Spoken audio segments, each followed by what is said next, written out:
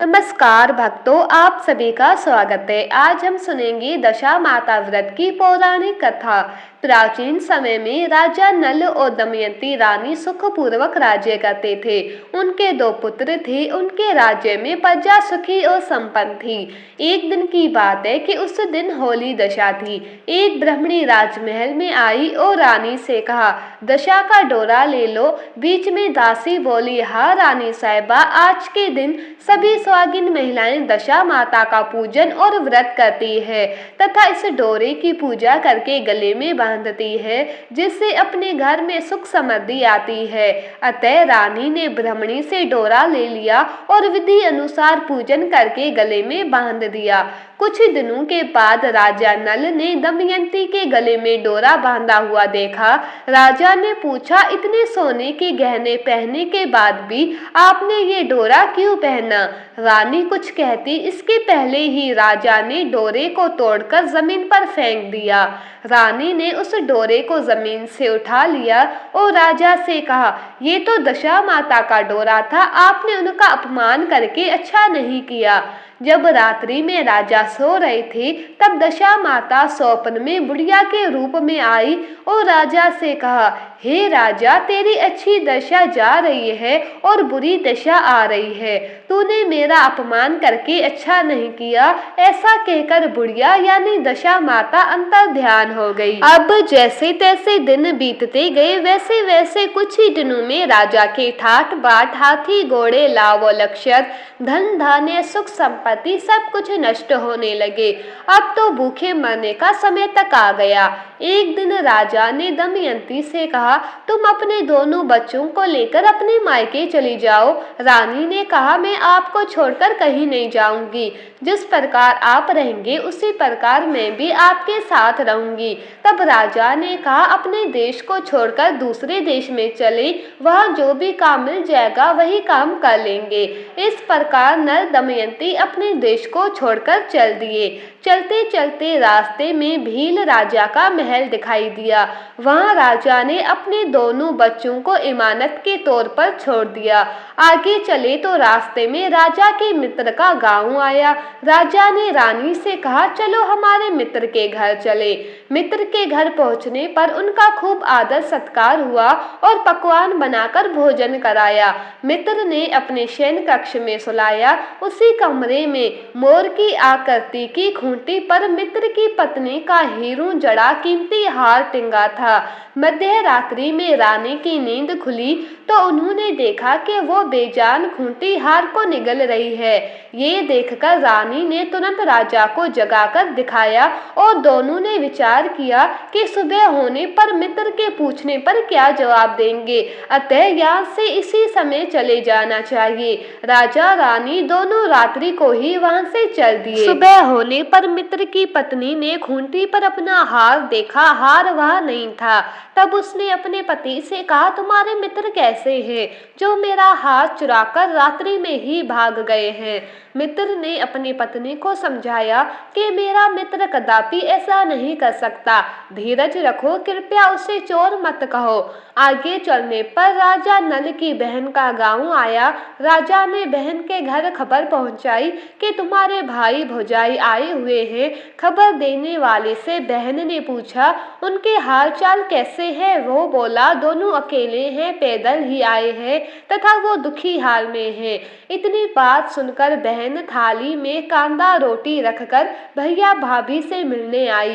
राजा ने तो अपने हिस्से का खा लिया, परंतु रानी ने जमीन में गाड़ दिया। चलते चलते एक नदी मिली। राजा ने नदी में से मछलियां निकालकर रानी से कहा, तुम इन मछलियों को भूंजो, मैं गांव में से परोसा लेकर आता हूँ। गांव का नगर सेठ सभी लोगों को भोजन करा रहा था।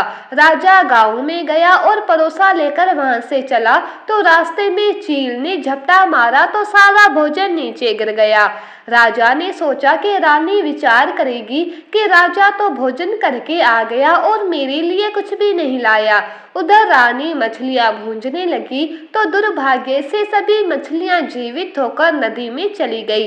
रानी उदास होकर सोचने लगी कि राजा पूछेंगे और सोचेंगे कि सारी मछलियां खुद खा गई।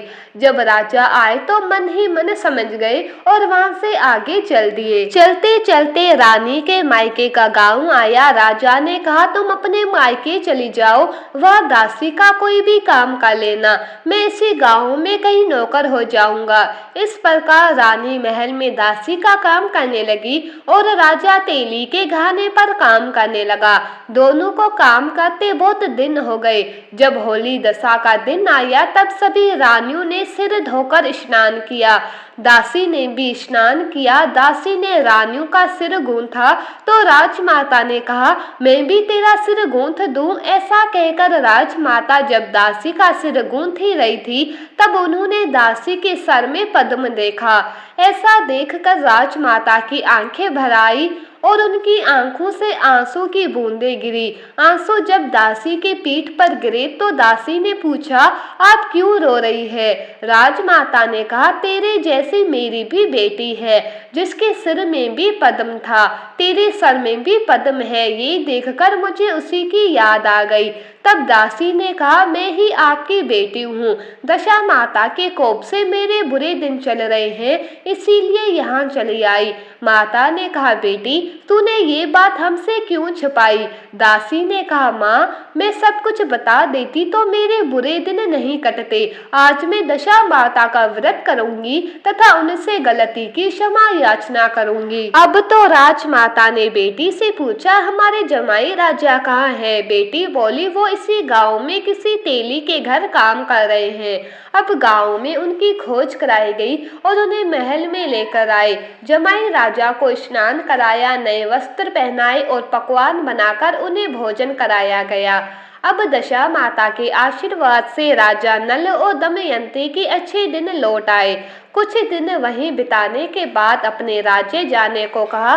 दमयंती के पिता ने खूब सारा धन, लावो लक्षण, हाथी घोड़े आदि देकर बेटी जमाई को विदा किया। रास्ते में वही जगह आई जहाँ रानी ने मछलियों को भूना था और राजा के हाथ से चील के झपटा मारने से भोजन जमीन पर आ गिरा था।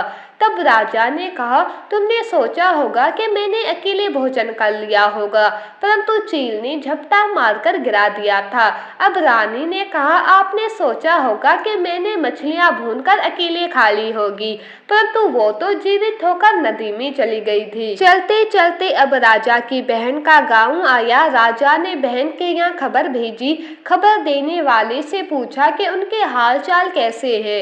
उसने बताया कि वो बहुत अच्छी दशा में है, उनके साथ हाथी घोड़े लावो लक्षण है।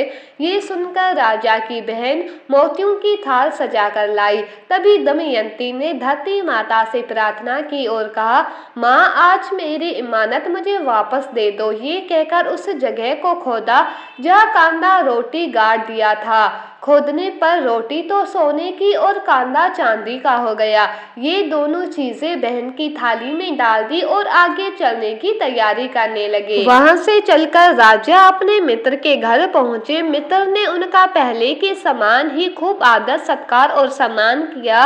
रात्रि विश्राम के लिए उन्हें उसी शयन कक्ष में सुलाया। मोरनी वाली खूंटी के हार निगल जाने वाली बात से नींद नहीं आई। आधी रात के समय वही मोरनी वाली खूंटी हार उगलने लगी तो राजा ने अपने मित्र को जगाया तथा रानी ने मित्र की पत्नी को जगाकर दिखाया। आपका हार तो इसने निगल लिया था, आपने सोचा होगा कि हार हमने चुराया है। दूसरे दिन प्रातःकाल नित्य कर्म से निपटकर वहां से वो चल दिए। वो भील राजा के यहाँ पहुंचे और अपने पुत्रों को मांगा तो भील राजा ने देने से मना कर दिया। गांव के लोगों ने उन बच्चों को वापस दिलाया। नल दमयंती अपने बच्चों को लेकर अपनी राजधानी के निकट पहुंचे तो नगर वासियों ने लावो लश्कर के साथ उन्हें आते हुए देखा। सभी ने बहुत प्रसन्न होकर उनका स्वागत किया तथा गाजे बाजी के साथ उन्हें महल पहुंचाया। राजा का पहले जैसा ठाट बाट हो गया। राजा नल दमयंती पर दशा माता ने पहले कोप किया, ऐसी किसी पर मत करना, और बाद में जैसे कृपा करी वैसे सब पर करना। तो ये थी आज की कथा। आपको कैसी लगी कमेंट करके ज़रूर बताना, और इस वीडियो को लाइक करना, शेयर करना और चैनल को सब्सक्राइब करना मत भूलना। धन्यवाद।